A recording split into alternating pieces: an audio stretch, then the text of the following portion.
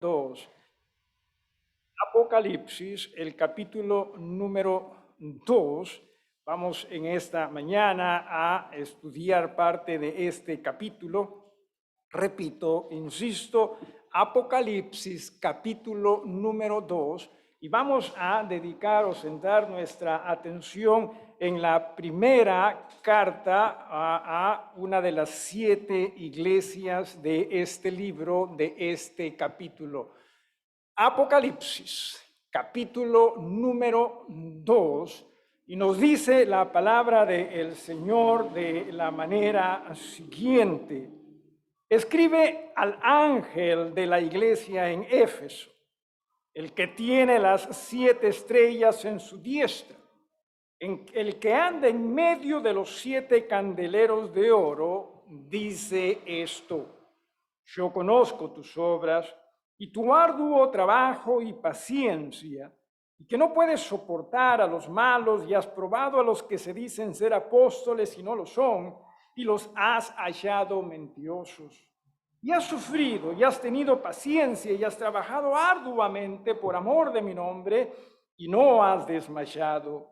Pero tengo contra ti que has dejado tu primer amor.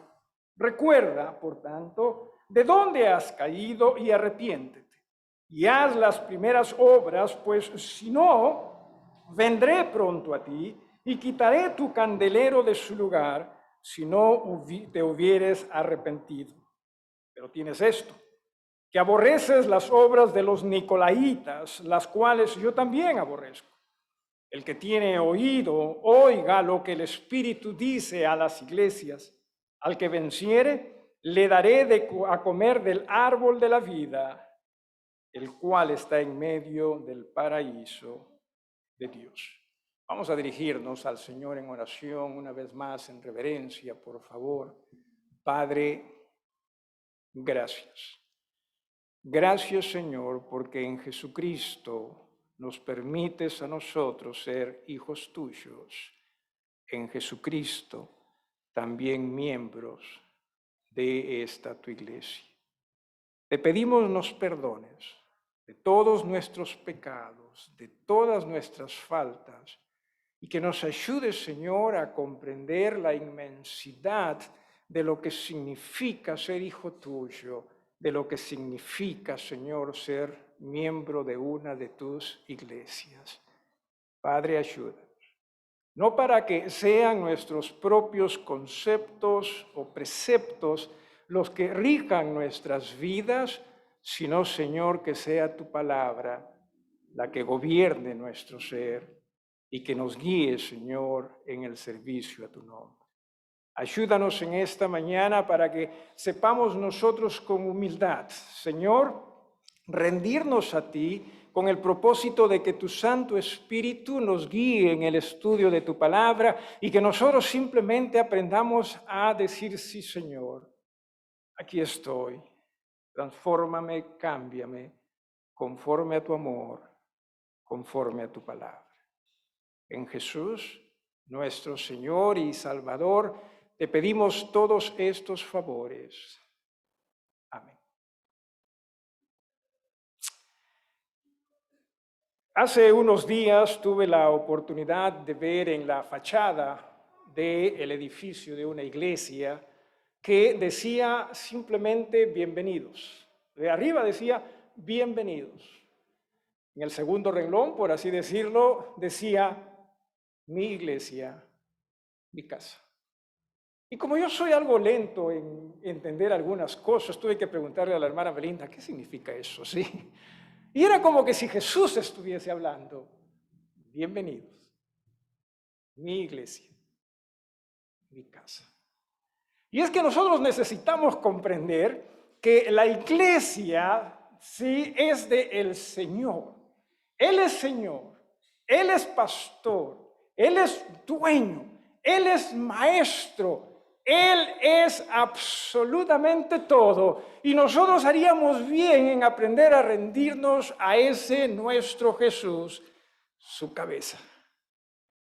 Pero lamentablemente nosotros nos pasa así a través de los tiempos que individuos dentro de las iglesias mismas, pensamos que quizás sabemos más que el mismo Señor.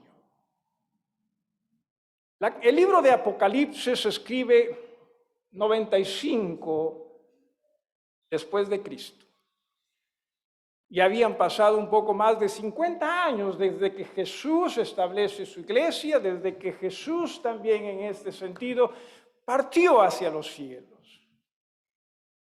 Sin embargo, dentro de la sabiduría divina, Dios en Jesús comienza a escribir estas cartas también para beneficio no solo de la iglesia en Éfeso, sino para beneficio de todas las iglesias por todas las edades. Si un poco más de 50, 60 años, iglesias necesitaban ser recordadas, hey, esto es lo que es iglesia.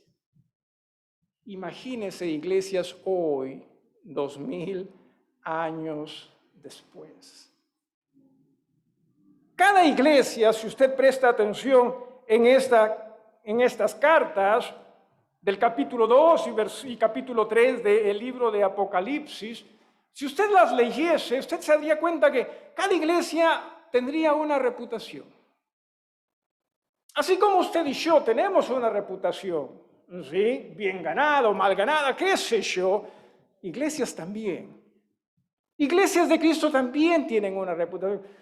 Ojalá la reputación de cada una de esas iglesias del Señor, ojalá que la reputación de esta iglesia del Señor es Jesús. Simplemente Jesús. Pero me temo que lamentablemente por lo general no lo es. Y Jesús nos recuerda aquí lo que nosotros deberíamos ser. Y nuevamente en el versículo 1 dice, escribe, ¿sí?, al ángel. Recuerde que el autor de esto es Jesús. Y una vez siempre nosotros tenemos que recordarnos quién Jesús es. Jesús es el Salvador, pero Jesús también es el dueño. Jesús es el Salvador de aquellos que formamos la iglesia a través del arrepentimiento y la fe en Jesús, pero Jesús no solo es el Salvador, es el dueño. Es el Señor de esto que nosotros conocemos como iglesia. No perdamos eso de vista, porque muchas veces nosotros no entendemos con claridad lo que quizás iglesia puede ser, iglesia es, y comenzamos a actuar ya no necesariamente como Jesús lo desea para nosotros, sino más bien como nosotros pensamos podemos y debemos actuar. Y podemos equivocarnos. Vamos a hablar por un ratito, ¿sí?, de esta iglesia en Éfeso. Es interesante cómo es que esta iglesia, ¿sí?, llega a ser una de las iglesias a las cuales en la Biblia se dirigen más.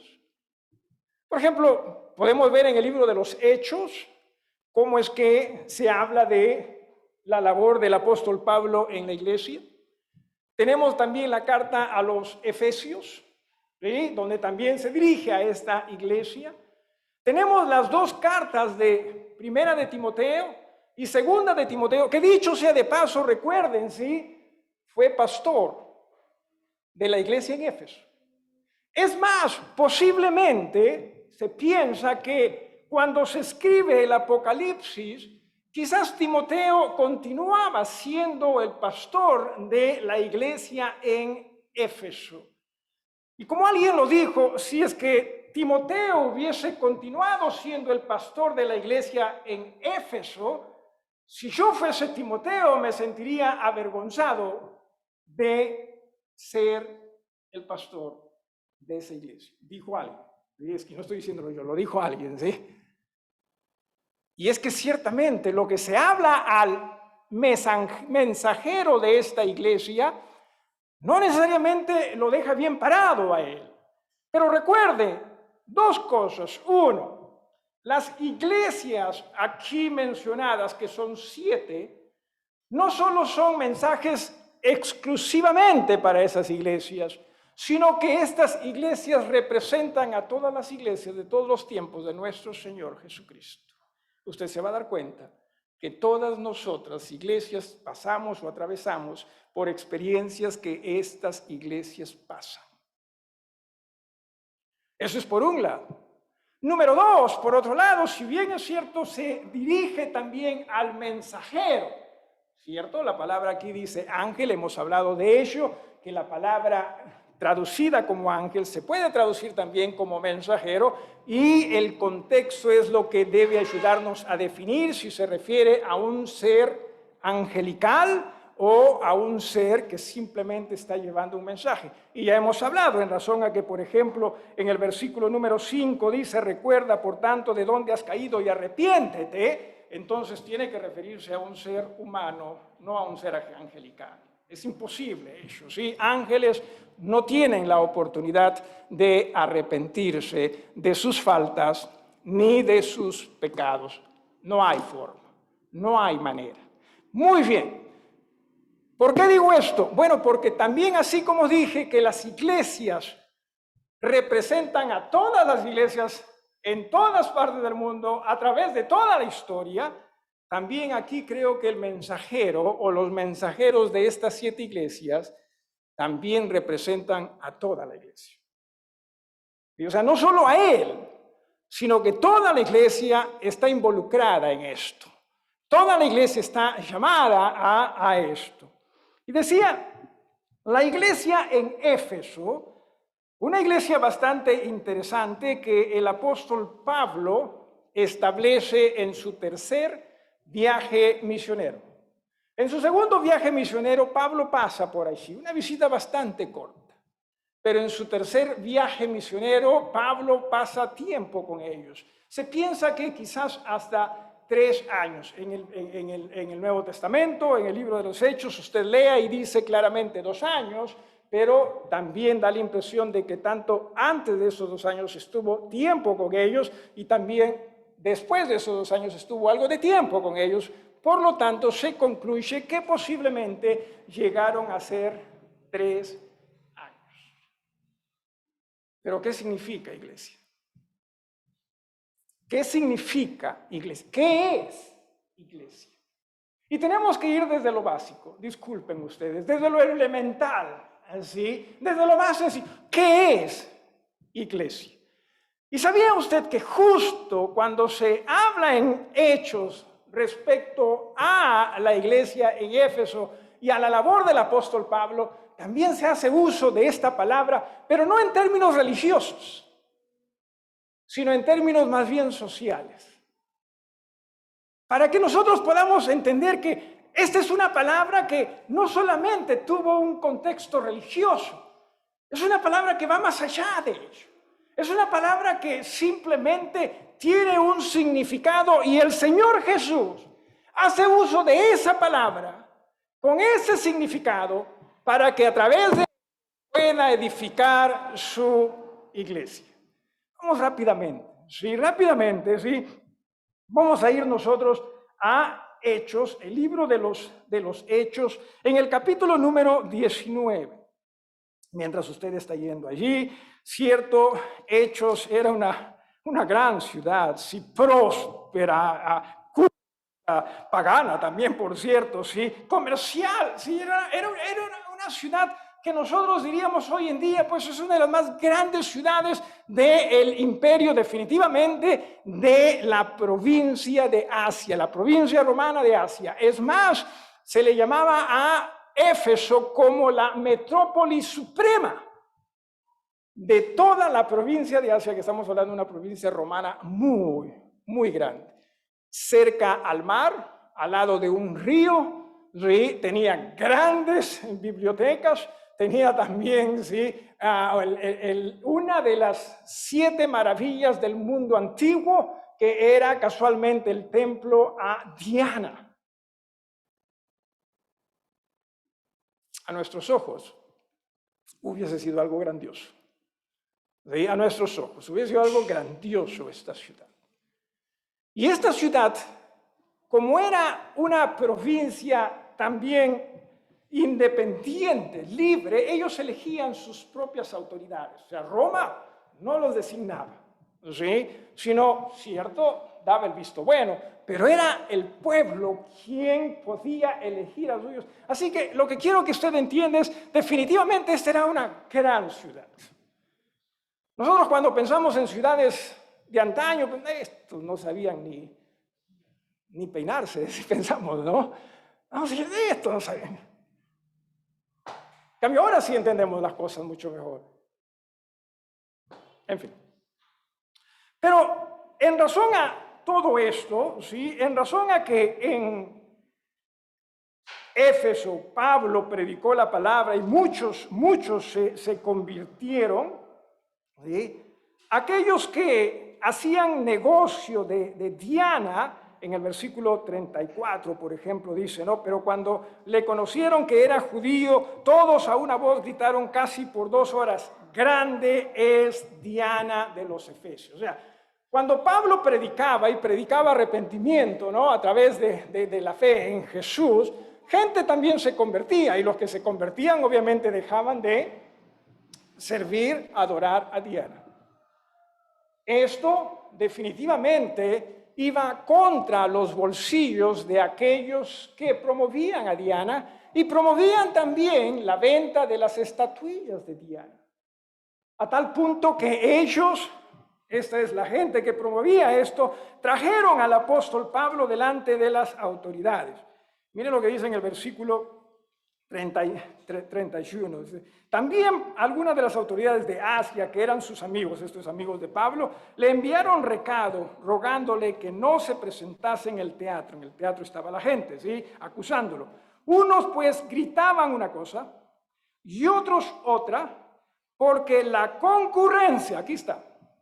La palabra concurrencia es la palabra de la cual se traduce iglesia.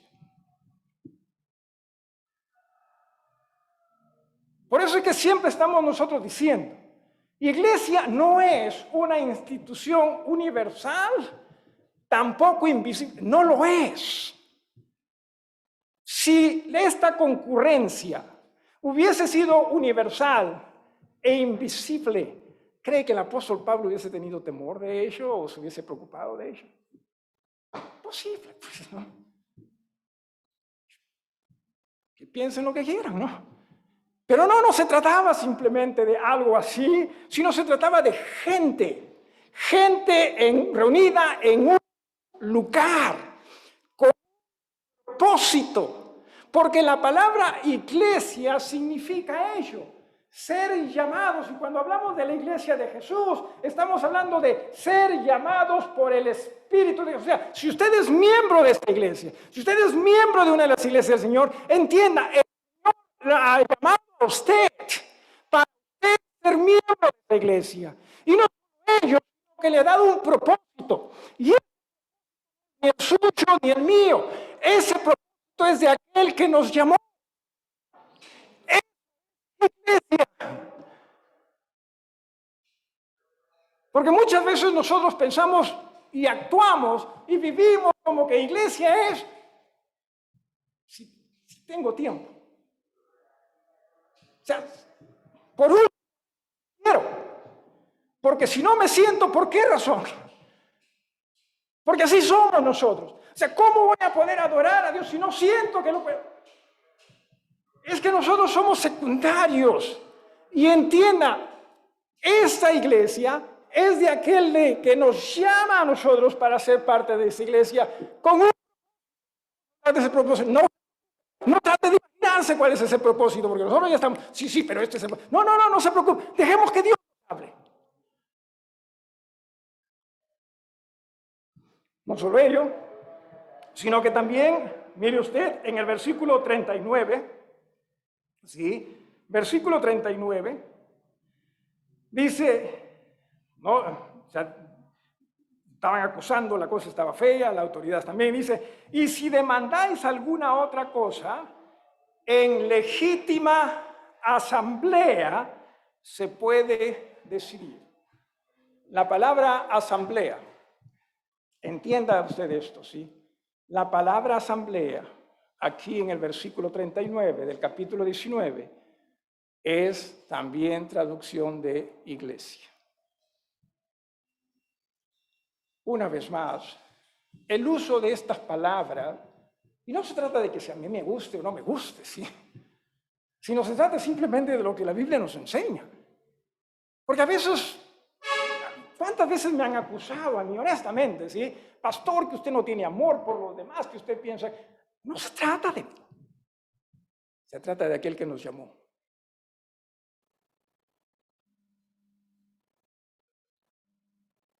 Y esta palabra, nuevamente, se utiliza en un contexto, insisto, local, visible.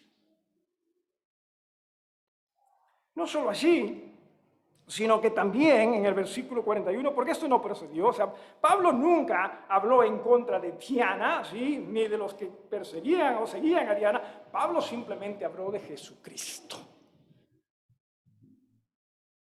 Ojalá que nosotros como iglesia simplemente tengamos a bien hablar de él, de Jesús. Y si algo es blanco para Jesús, para nosotros también ese algo va a ser blanco. Si algo es negro para Jesús, para nosotros también ese algo va a ser negro. Pero que todo sea acerca de Jesús. No tenemos nosotros por qué estar condenando a la gente. La gente está condenada, sí. Jesús no vino para condenar, vino más bien para ayudar, pero a través de su amor, a través de su palabra, a través de sus enseñanzas. Porque nosotros muchas veces pensamos, no, si es que vamos a darles amor, hay que darles de esta manera, de esta manera. No. Amor es a través de cómo Jesús entiende ese amor.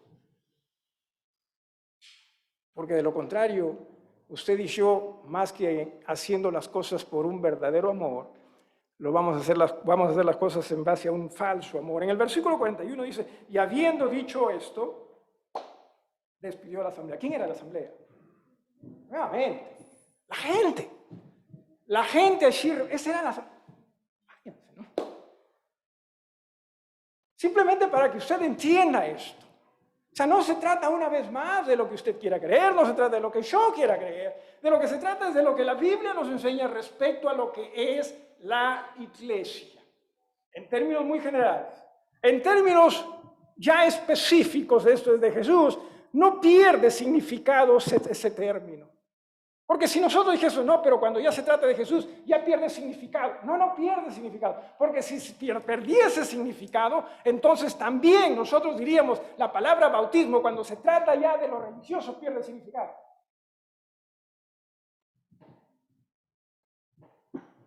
Tendríamos que ser justos.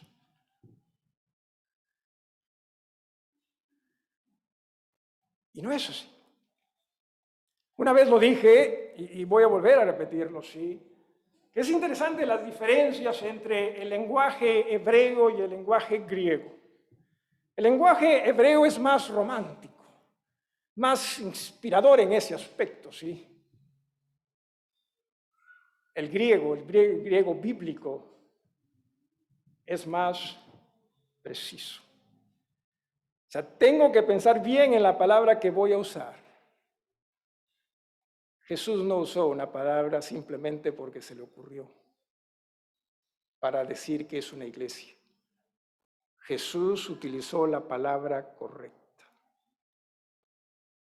Ahora, cuando hablamos de sus iglesias, muy bien, porque aquí también está hablándose de eclesías, de algo social, algo legal, pero cuando hablamos de sus iglesias, en este sentido también entendamos lo siguiente, ¿sí? Podemos hablar de su establecimiento, obviamente, pero lo que vamos a hacer más bien es hablar de su labor. ¿Cuál es la labor como iglesia? O sea, si ya entendimos, Él nos llamó, Él me llamó, nos llamó a nosotros para ser miembros de su iglesia, sus iglesias.